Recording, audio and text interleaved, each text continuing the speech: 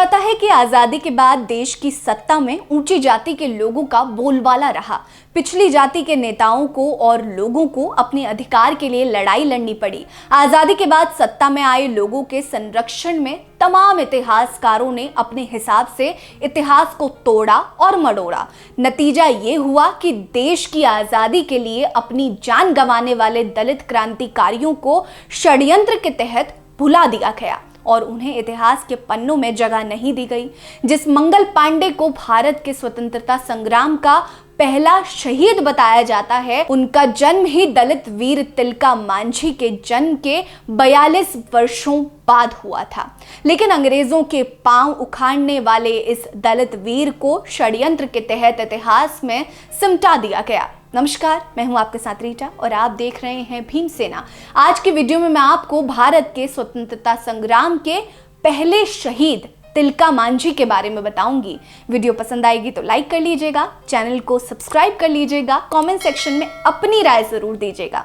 1857 की क्रांति अंग्रेजों के खिलाफ भारत की पहली क्रांति मानी जाती है, जिसका सूत्रपात हुआ था बंगाल के बैरकपुर छावनी से, जहां एक ब्राह्मण सिपाही मंगल पांडे ने अंग्रेजी कारतूस को मुंह लगाने से मना कर दिया था। उसके बाद वहां विद्रोह पनप उठा। देखते ही देखते विद्रोह का ये दवानल पूरे भारत में फैल गया। देश के हर हिस्से में अंग्रेजों के विरोध में क्रांतिकारी सड़कों पर उतर आए थे। मंगल पांडे को भारत के आधुनिक इतिहास का पहला शहीद कहा गया। लेकिन आपको जानकर आश्चर्य होगा कि आधुनिक भारत के पहले शहीद मंगल पांडे नहीं, बल्कि दलित क्रांतिकारी तिलका मांझी थे। जबरा पहाड़िया के नाम से मशहूर तिलका मांझी का जन्म 11 फरवरी 1750 को हुआ था। देश में अंग्रेजों का शासन था, हालात अपने सबसे बुरे दौर में थे, चीजें स्पष्ट नहीं थी, खाने के लाले पड़े थे। ऐसे में अंग्रेजों के खिलाफ इस दलित वीर ने शस्त्र उठाया और अंग्रेजों की बखिया उधेड़ने लगे। तिलका मांझी के साथ अन्य भी बहुत सारे लोग थे। अंग्रेजों के सामान को लूटना हो, उनकी चौकियों को ध्वस्त करना हो, एक एक अंग्रेज को काटना हो, ये सब काम तिलका मांझी ने किया। दूसरी ओर अंग्रेजी सरकार तमाम कोशिशों के बावजूद तिलका मांझी को पकड़ने में कामयाब नहीं हो पा रही थी। कहा जाता है कि तमाम तिकड़म लगाने के बाद अंग्रेजों ने तिलका मांझी के कबीले में से किसी एक को खरीद लिया। तिलका की जानकारी देने के बदले उसके मुंह पैसे से भर दिए गए, जिसका नतीजा ये हुआ कि तिलका मांझी पकड़े गए और 13 जनवरी 1785 को 35 वर्ष की उम्र में अंग्रेजों ने उन्हें सरेआम फांसी के फंदे पर लटका दिया। अंग्रेजों ने भले ही तिलका मांझी को फांसी के फंदे पर लटका दिया था, लेकिन वीर तिलका आदिवासियों के गीतों में जिंदा रहे। उनके बाद अनेक आदिवासी लड़ाके तिलका के गीत गाते हुए फांसी के फंदे पर चढ़े थे। उन्हें आज भी कविताओं और गीतों में याद किया जाता है। तुम पर कोड़ों की बरसात हुई, तुम घोड़ों से बांधकर घसीटे गए, फिर भी तुम्हें मारा नहीं जा सका। तुम भागलपुर में सरेआम फांसी पर लटका दिए गए, फिर भी डरते रहे जमींदार और अंग्रेज तुम्हारी तिलका आंखों से। मरकर भी तुम मारे नहीं जा सके तिलका मांझी। मंगल पांडे नहीं, तुम आधुनिक भारत के पहले विद्रोही थे। तिलका जैसे शहीदों की उपेक्षा के पीछे सबसे बड़ा कारण यह है कि उनका विद्रोह अंग्रेजों के साथ देशी शोषकों के खिलाफ भी था। आदिवासियों के जंगल और जमीन पर कब्जा करने के लिए अंग्रेजों और जमींदारों ने आपस में गठजोड़ कर लिया था। आदिवासी एक साथ दोनों के खिलाफ संघर्ष कर रहे थे। पहाड़िया भाषा में तिलका का अर्थ है गुस्सैल और लाल लाल आंखों वाला व्यक्ति। चूंकि वो ग्राम प्रधान थे और पहाड़िया समुदाय में ग्राम प्रधान को मांझी कहकर पुकारते हैं, यही वहां की प्रथा है। इसीलिए हिल रेंजर्स का सरदार जोहरा उर्फ जबरा मांझी तिलका मांझी के नाम से विख्यात हो गए। ब्रिटिश कालीन दस्तावेजों में भी जबरा पहाड़िया मौजूद हैं, पर तिलका मांझी की कहानी, तिलका मांझी का कहीं नामोल्लेखन नहीं है। उनका मूल नाम जबरा पहाड़िया ही था। तिलका नाम उन्हें अंग्रेजों ने दिया। अंग्रेजों ने जबरा पहाड़िया को खूंखार डाकू और गुस्सैल यानी कि तिलका मांझी को कहा था।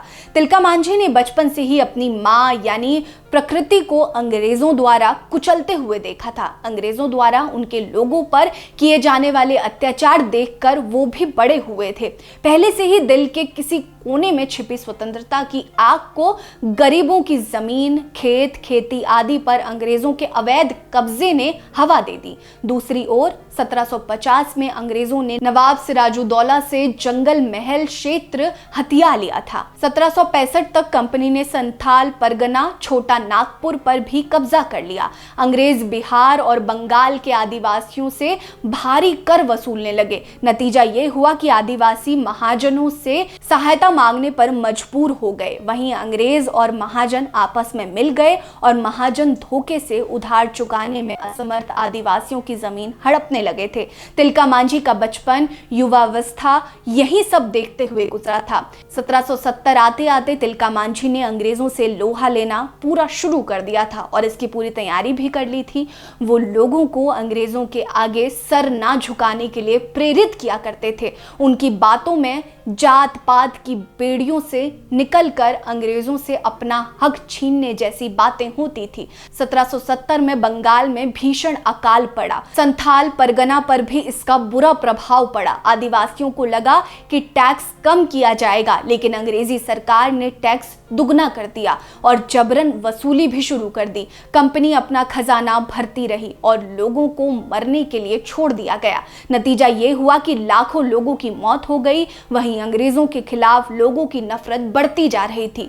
लोगों के खाने के लाले पड़े थे और ऐसे में तिलका मांझी ने भागलपुर में रखा अंग्रेजों का खजाना लूट लिया। टैक्स और सूखे की मार झेल रहे गरीबों और आदिवासियों में मांझी ने लूटे हुए पैसों को बांट दिया।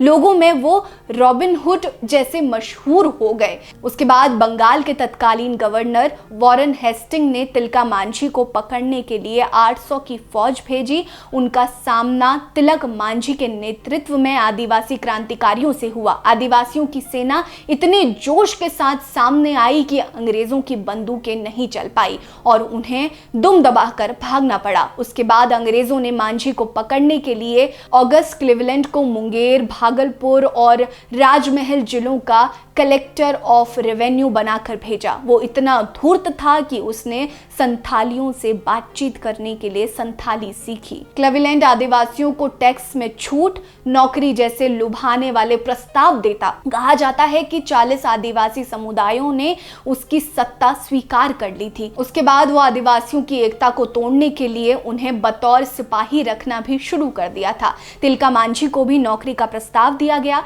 लेकिन वो अंग्रेजों की इस धूर्त चाल को समझ गए थे और उन्होंने इस प्रस्ताव से साफ मना कर दिया। कुछ आदिवासी समुदाय अभी भी तिलका मांझी के साथ खड़े थे और आदिवासी एकता बनाए रखने के लिए दिन रात काम कर रहे थे। उन्होंने अन्य आदिवासी समुदायों को एकजुट करने की कोशिश की। उन्होंने साल के पत्ते पर संदेश लिखकर अन्य समुदायों को प्रमुख को भेजा था।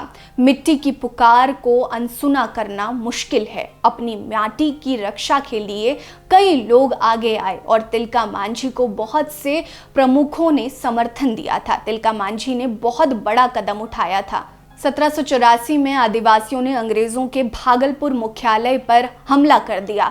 घमासान लड़ाई हुई। तिलका मांझी ने अपने धनुष से एक जहरीली तीर छोड़ी और वो क्लीवलैंड को लगी, जो जख्मी हो गया और कुछ दिनों बाद मारा गया। एक आदिवासी के हाथों क्लीवलैंड की मौत अंग्रेजों के गाल पर जोरदार तमाचा जैसा था। कंपनी सरकार ने लेफ्टिनेंट जनरल एरिकोट को आदेश दिया कि तिलका को जिंदा या मुर्दा पकड़ने के लिए लाया जाए। कहा जाता है कि किसी घर के भेदी ने तिलका मांझी का पता अंग्रेजों को बता दिया। अंग्रेजों ने बीच रात में तिलका और अन्य आदिवासियों पर हमला किया। तिलका जैसे तैसे बच गए, लेकिन उनके कई कॉमरेड शहीद हो गए थे। अंग्रेजों से बचकर तिलका मांझी अपने गृह जिले सुल्तानगंज के जंगलों में जा छिपे थे। यहाँ से उन्होंने अंग्रेजों के खिलाफ गुरिल्ला युद्ध छेड़ दिया। अंग्रेज तिलका तक पहुंचने वाले हर सप्लाई रूट को बंद करने में कामयाब हो गए। तिलका और उनके सैनिकों को अंग्रेजों से आमने सामने लड़ना पड़ा। कहते हैं 12 जनवरी 1785 के दिन तिलका मांझी को अंग्रेजों ने घोड़ों से बांधकर भागलपुर तक घसीटा। कहते हैं तिलका मांझी इस यातना के बाद जीवित थे। 13 जनवरी 1785 को 35 वर्ष के वीर को फांसी दे दी गई। ये दलित योद्धा इतिहास की किताबों में भले ही गुम हैं, लेकिन आदिवासी समाज में आज भी कायम है। आदिवासी समुदाय में उन पर कहानियां कही जाती हैं, संथाल उन पर गीत गाते हैं। 1831 का सिंहभूम विद्रोह, 1855 का संथाल विद्रोह, सब तिलका की जलाई मशाल का ही असर था। 1991 में बिहार सरकार ने भागलपुर यूनिवर्सिटी का नाम बदलकर तिलका मांझी यूनिवर्सिटी रखा और उन्हें सम्मान दिया। इसके साथ ही जहां उन्हें फांसी हुई थी उस स्थान पर एक स्मारक बनाया गया। आप अमर दलित क्रांतिकारी तिलका मांझी को लेकर क्या सोचते हैं? हमें कमेंट सेक्शन में अपनी राय जरूर दीजिएगा। बने रहिए हमारे साथ। नमस्कार।